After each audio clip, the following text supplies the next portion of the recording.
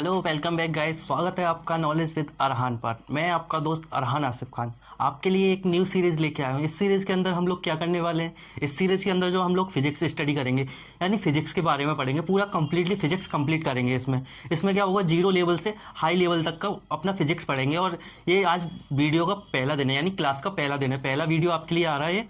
और इसमें क्या होगा, पूरा कंप्लीटली फिजिक्स पढ़ने वाले हैं, जीरो लेवल से हाई लेवल तक का फिजिक्स कंप्लीट करेंगे। सो गाइस, ये सीरीज़ देखिए, पूरा आपके लिए हेल्पफुल रहेगा। आने वाले सभी एग्जाम के लिए ये हेल्पफुल रहेगा आपके लिए, जो भी एसएससी, रेलवे, बैंकिंग और भी अदर एग्जाम है, RO, ARO, state PCS level तक का ये इसमें फिजिक्स हम लोग कंप्लीट करने वाले हैं। पहले देखते हैं मैकेनिक्स। मैकेनिक्स होता क्या है? मैकेनिक्स का सबसे पहले शब्द का अर्थ देखते हैं क्या होता है। मैकेनिक्स का मतलब होता है स्थिति और गतियों का अध्ययन, यानी study of motion and rest. क्या होता है? Study of motion and rest, यानी यांत्रिकी का अर्थ क्या होता है? गतियों का और स्थितियों का अध्ययन। और अब बात करते हैं मापन की। इसमें पहला टॉपिक है मापन। मापन क्या होता है? मापन को देखते हैं। जब किसी भौतिक राशि में एक निश्चित अमाउंट होता है, यानी एक फिजिकल क्वांटिटी होती है, निश्चित राशि होती है, यानी कोई यूनिट होती है, उसको नापने का कार्य करती है, उसे मापन कहते हैं। जैसे मापन करने के लिए क्या जरूरत पड़ती है अपने को? मापन करने के लिए एक राशि होनी चाहिए, एक निश्चित अमाउंट होना चाहिए और एक यूनिट होनी चाहिए। यानी कोई, जैसे एग्जाम्पल लेके, जैसे कोई बाट हो गया, 20 ग्राम का बाट हो गया, वो उसमें क्या हो गया, ग्राम यूनिट हो गया, और बाट क्या हो गया, एक निश्चित अमाउंट हो गया। इस तरह से मापन हो गया। मापन के बाद में एक आती है इकाई। इकाई और क्या होता है, जिस चीज़ की, जैसे मापन पड़ा, मापन में क्या हो गया, इकाई और राशि की जरूरत पड़ रही थी यहाँ पे अब ये राशि तो पता चल गई क्या होता है, एक अमाउंट होता है। और इकाई के बारे में क्या पढ़ेंगे? इकाई में क्या होता है, मात्रक। मात्रक में क्या होता है, जो फिजिकल क्वांटिटी की जरूरत पड़ी है उसी को माप उसका वेट करने के लिए जो जरूरत पड़ी है उसी को मात्रक या इकाई कहते हैं। यानी जैसे बाट की हमें एक निश्चित अमाउंट हो गया, निश्चित अमाउंट को मापने के लिए क्या हुआ, उसमें ग्राम जो हुआ उसे बोलेंगे मात्रक, यानी ग्राम।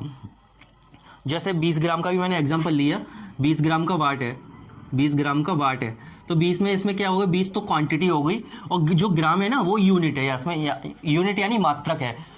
यानी इसकी डेफिनेशन क्या होगी? इसकी डेफिनेशन होगी, जिस मात्रक को नापने के लिए, जिस मापन को नापने के लिए जिस फिजिकल क्वांटिटी की जरूरत पड़ती है उसे व्यक्त करते हैं मात्रक में, वो व्यक्त करने वाला मात्रक कहलाता है।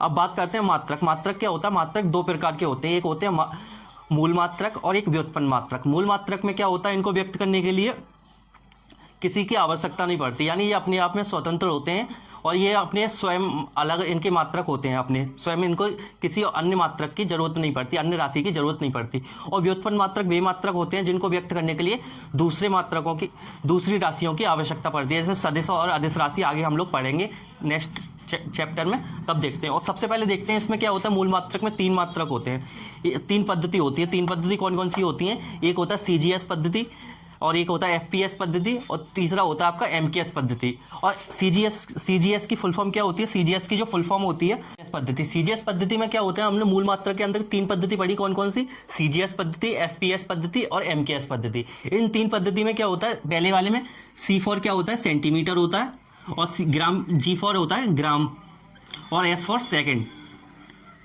सेकंड। यानी सी से सीजीएस पद्धति में क्या होगा, सी से सेंटीमीटर होगा, जिसमें सेंटीमीटर में व्यक्त किया जाएगा मात्रक को, और जी से ग्राम में होगा, और एस से सेकंड होगा। अब बात करते हैं दूसरी की। दूसरी में क्या होता है? दूसरे में आपका एफ से होता है फुट, और पी से होता है पॉइंट, और एस से होता है सेकंड। क्या होता है? एफ से होता है फुट, और पी से होता है पॉइंट, और एस से होता है सेकंड। और बात करते हैं इसकी एमकेएस पद्धति, यानी तीसरी वाली पद्धति में क्या होता है, इसमें होता है मीटर, और के से होता है किलोग्राम, और एस से होता है सेकंड। यानी इसमें एमकेएस पद्धति में क्या होगा, मीटर, किलोग्राम, सेकंड। और इसमें एफपीएस में फुट, पॉइंट, सेकंड, और सीजीएस में क्या होगा, सेंटीमीटर, ग्राम, सेकंड। अब एक और क्वेश्चन आता है, इसमें कौन सी पद्धति कहाँ पे प्रचलित है, यानी कौन सी पद्धति का किस देश में यूज किया जाता है। ये भी क्वेश्चन पूछा जाता है कि ये वाली जो तुम्हारी सीजीएस पद्धति है वो कहाँ पे यूज किया जाता है, इसका एफपीएस पद्धति का कहाँ पे यूज किया जाता है, और ये एमकेएस पद्धति का कहाँ पे यूज किया जाता है। तो मैं आपको बता देता हूँ, ये जो सीजीएस पद्धति है इसका यूज कहाँ पे किया जाता है? इसका यूज किया जाता है यहाँ पे फ्रांस में, यानी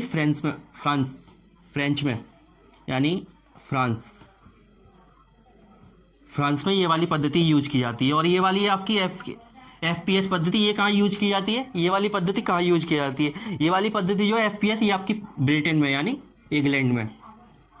ब्रिटेन में यूज की जाती है। कहाँ पे? ब्रिटेन में। और लास्ट है ये वाली एमकेएस पद्धति। एमकेएस पद्धति कहाँ पे यूज की जाती है? एमकेएस पद्धति जो यूज की जाती है वो आपकी अमेरिका यानी यूएसए में यूज की जाती है। आपसे क्वेश्चन किस तरह से पूछा जाएगा? क्वेश्चन पूछा जाएगा सीजीएस पद्धति, यानी जैसे एक तो इस तरह से क्वेश्चन पूछा जा सकता है कि सीजीएस पद्धति में सी से क्या व्यक्त करते हैं? सेंटीमीटर, और जी से क्या व्यक्त करते हैं? ग्राम। और एक क्वेश्चन क्वेश्चन ऐसे पूछा जा सकता है, सीजीएस पद्धति किस देश में लागू यानी प्रचलित है, किस देश में यूज की जाती है? आपका आंसर क्या होगा? फ्रांस। और एफपीएस पद्धति कहाँ यूज की जाती है? ये आपका आंसर होगा ब्रिटेन में। और तीसरा क्या है?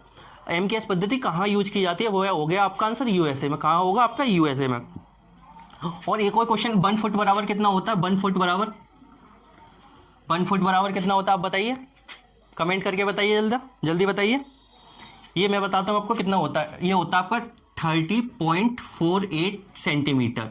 कितना होता है 1 फुट बराबर?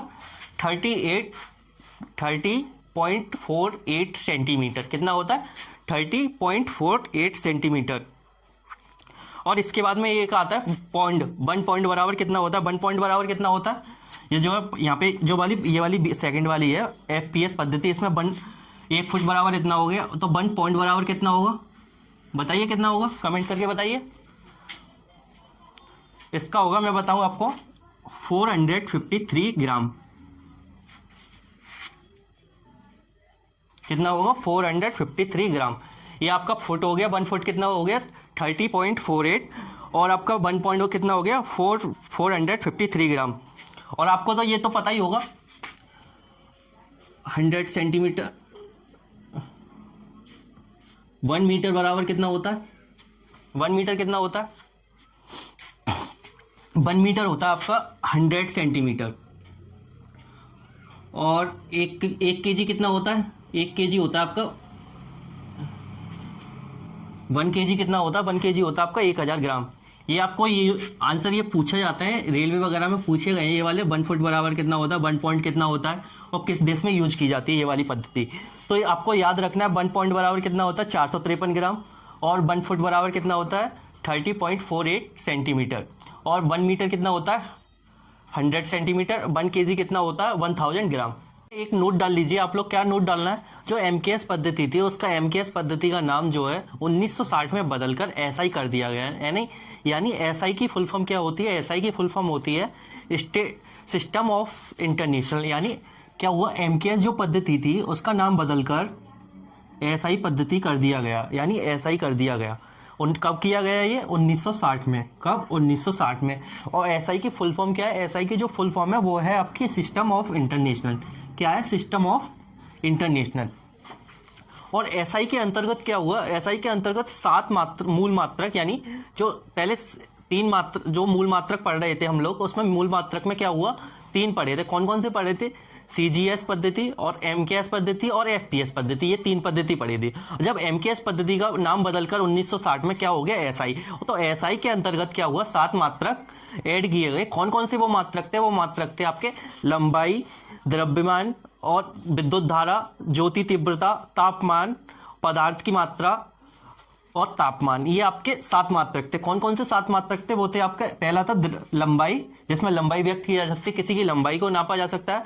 दूसरा था आपका मास यानी द्रव्यमान। द्रव्यमान से क्या था? इसका वेट, यानी किसी चीज, वस्तु या इंसान, किसी वस्तु का भार यानी वेट मापा जा सकता है। और दूसरा था आपका टाइम, यानी किसी का निश्चित समय अंतराल यानी समय फाइंड कर सकते हैं, यानी समय भी मापा जा सकता है इस एसआई पद्धति के द्वारा। और चौथा था आपका विद्युत धारा, यानी एम्पियर। विद्युत धारा को किस में नापा जाता है? उसको विद्युत धारा को जो यानी करंट को किस में नापा जाता है? उसको मापा जाता है एम्पियर में। और पांचवा था आपका तापमान।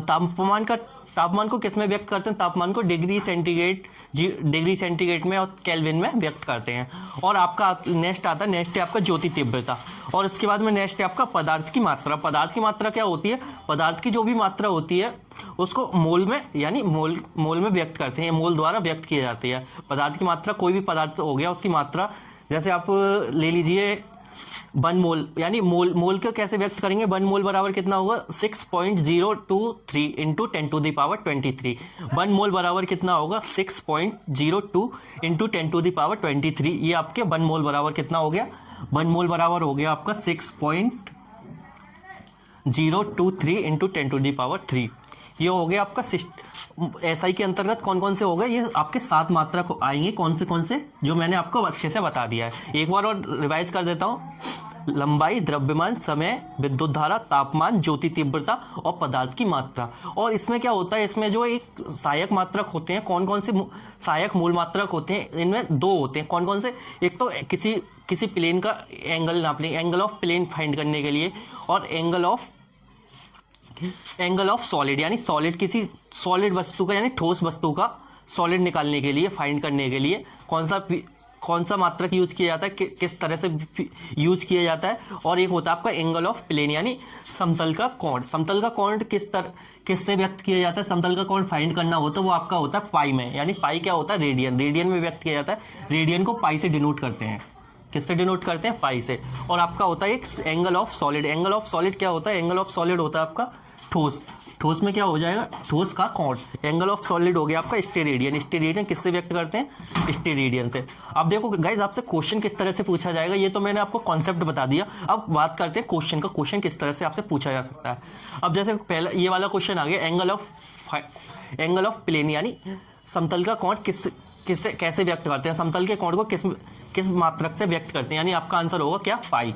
क्या होगा, पाई या रेडियन, ये आपका आंसर होगा। दूसरा क्वेश्चन कैसे बनेगा आपका, ठोस का कोण यानी एंगल ऑफ सॉलिड किससे डिनोट किया जाता है, ये आपका स्टेरेडियन यानी स्टेरेडियन से। और दूसरा क्वेश्चन, और ये वाला जो मैंने बताया, ये क्वेश्चन यहाँ से बनेगा आपका, एसआई की फुल फॉर्म क्या है, एसआई की फुल फॉर्म क्या होगा, सिस्टम ऑफ इंटरनेशनल। क्या होगा, सिस्टम ऑफ इंटरनेशनल। और एक और क्वेश्चन यहाँ से बनेगा, 1 मोल बराबर कितना होता है, 1 मोल की वैल्यू कितनी होती है, 1 मोल की वैल्यू होती है आपकी 6.02 इंटू 10⁻23। ये आपकी मोल की वैल्यू होती है। तो आपको ये नोट करने की जरूरत है, आप चाहे तो स्क्रीनशॉट ले सकते हैं। और एक चीज़ और बात, एक नोट करने वाली बात, ये यहाँ पे 1 मीटर बराबर कितना होता है 100 सेंटीमीटर, और 1 kg बराबर 1000 ग्राम यानी 1000 ग्राम, ये होता है आपका टोटल। आज की ये थी वीडियो। अगर आपको अच्छी लगी तो लाइक करें, शेयर करें, सब्सक्राइब करें। और हमारे चैनल को अगर आपने सब्सक्राइब नहीं किया तो सब्सक्राइब कर लें। इस वीडियो के अंतर्गत हम लोग इस सीरीज़ में क्या करने वाले हैं, फिजिक्स कंप्लीटली पढ़ने वाले हैं। अगर आपको अपने फ्रेंड को जो अपनी पढ़ाई नहीं कर पा रहे हैं उनके लिए ये वीडियो शेयर कर सकते हैं आप, ज़्यादा से ज़्यादा उनको शेयर करें। और अपनी जो भी स्टडी का ग्रुप है उसमें कम से कम 2 ग्रुप में इस वीडियो को शेयर करें, जिससे हमारी जो ये वीडियो बनाने का मोटिव है, ये क्या मोटिव है, इससे जो बच्चे दूर हैं और दूर दराज में बैठे हुए हैं वो पढ़ नहीं पा रहे हैं, वो अपना पढ़ाई कर सकें। इससे कॉन्सेप्ट आपके क्लियर हो जाए। जो फिजिक्स है पूरा कॉन्सेप्ट क्लियर कराने की गारंटी मेरी है।